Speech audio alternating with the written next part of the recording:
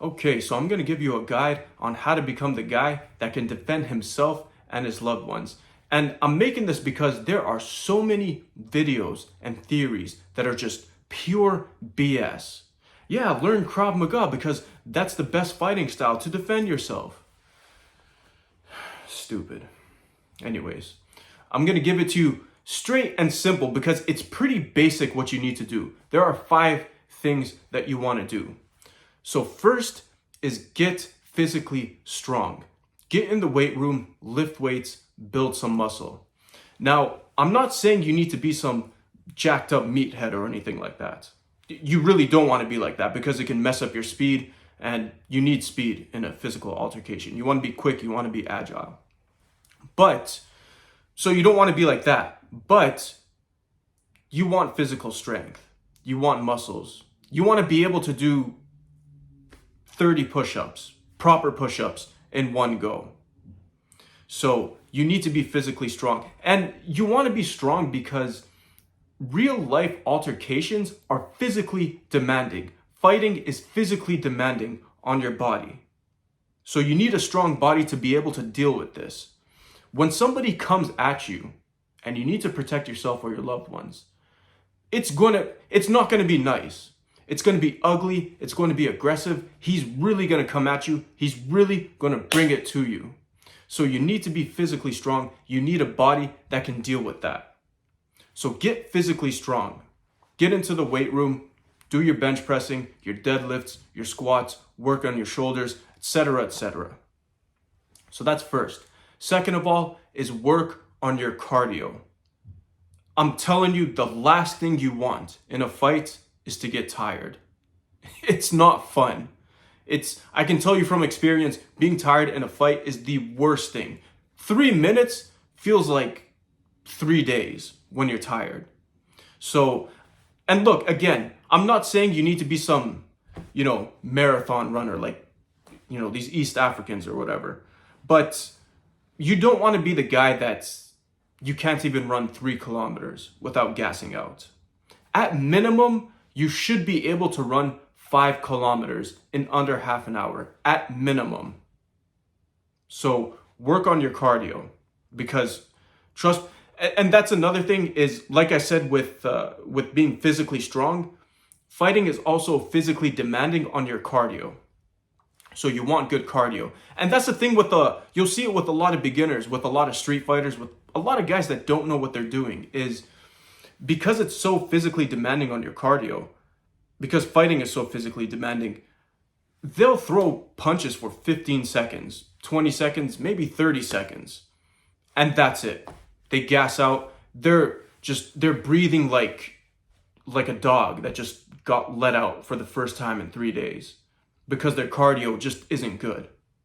So you want to work on your cardio. That's the second thing. Third thing is learn basic boxing. Nothing flashy. You don't have to become some world champion or anything like that, but just the basics. Learn the stance. Learn how to move. Learn the basic punches. Develop a good jab, a good right hand, a good left hook, a good right uppercut.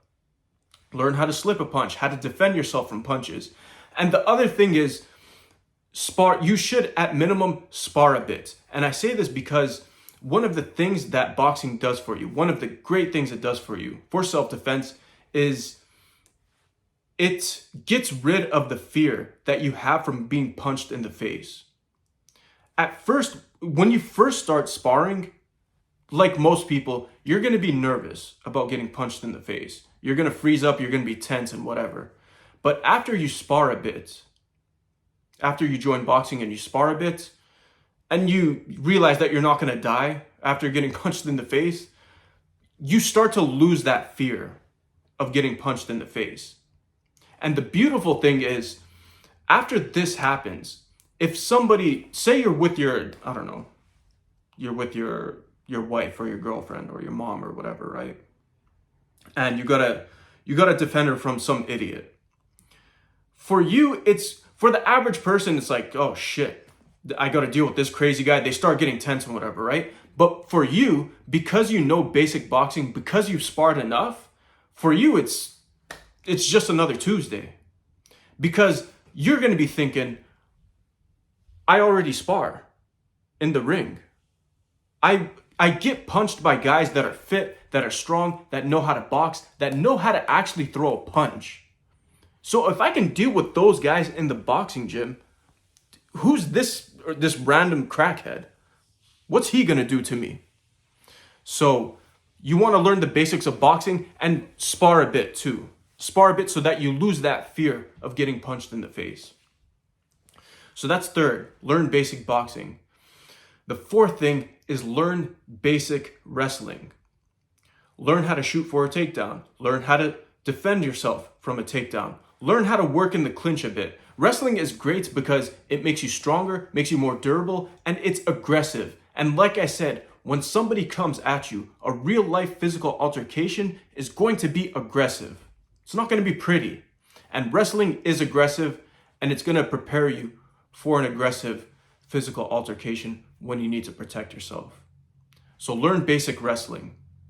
And the fifth is learn basic jiu-jitsu. I know I said in another video that jiu-jitsu by itself isn't ideal for self-defense, and I stand by that. But you want to combine it with things like boxing, like wrestling. And you really should learn jiu-jitsu. I'm not saying to not learn jiu-jitsu. You really should. You should learn how to fight on the ground. You should learn submissions and how to defend yourself from submissions. So you want to get into jiu-jitsu, and ideally you want to get your blue belt in jiu-jitsu. Just so you have some experience, you know the basics, you know how to take care of yourself on the ground. Now, like I said, jiu-jitsu by itself isn't ideal, but I say you want to get into jiu-jitsu because I know you don't want to, look, I've said it before, you don't want to get on the ground in a physical altercation. If you get into a street fight where you have to protect yourself, you really don't want to end up on the ground and start ground fighting because there's just a bunch of reasons. I talked about this before. The guy you're fighting might have a buddy around the corner, might come stomp your head in. So you want to avoid ground fighting. But I say that you want to learn jiu-jitsu because it's better to know jiu-jitsu and not need it or use it. It's better to be in that kind of position than to not know jiu-jitsu and end up on the ground. So you want to learn it. And plus also, learning jiu-jitsu, it has a positive psychological aspect to it.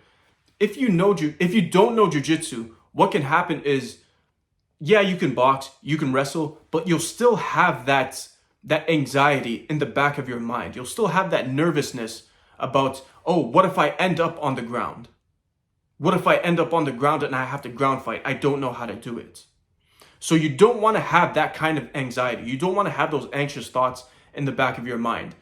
And obviously, the way to not have those, to prevent those anxious thoughts from forming in your mind, is by knowing jiu-jitsu and learning how to fight on the ground. So learn the basics of jiu-jitsu, get your blue belt. So those are the 5 things. Get physically strong, lift weights, work on your cardio, learn basic boxing, learn basic wrestling, learn basic jiu-jitsu. These are all basic things. You don't need to go crazy with it. You don't need to become some UFC world champion, although that's great if you can become that. I'm not discouraging you. If you have that goal, then more power to you. But it's not necessary if you want to be able to defend yourself. You want to get fit, get strong, and learn the basics.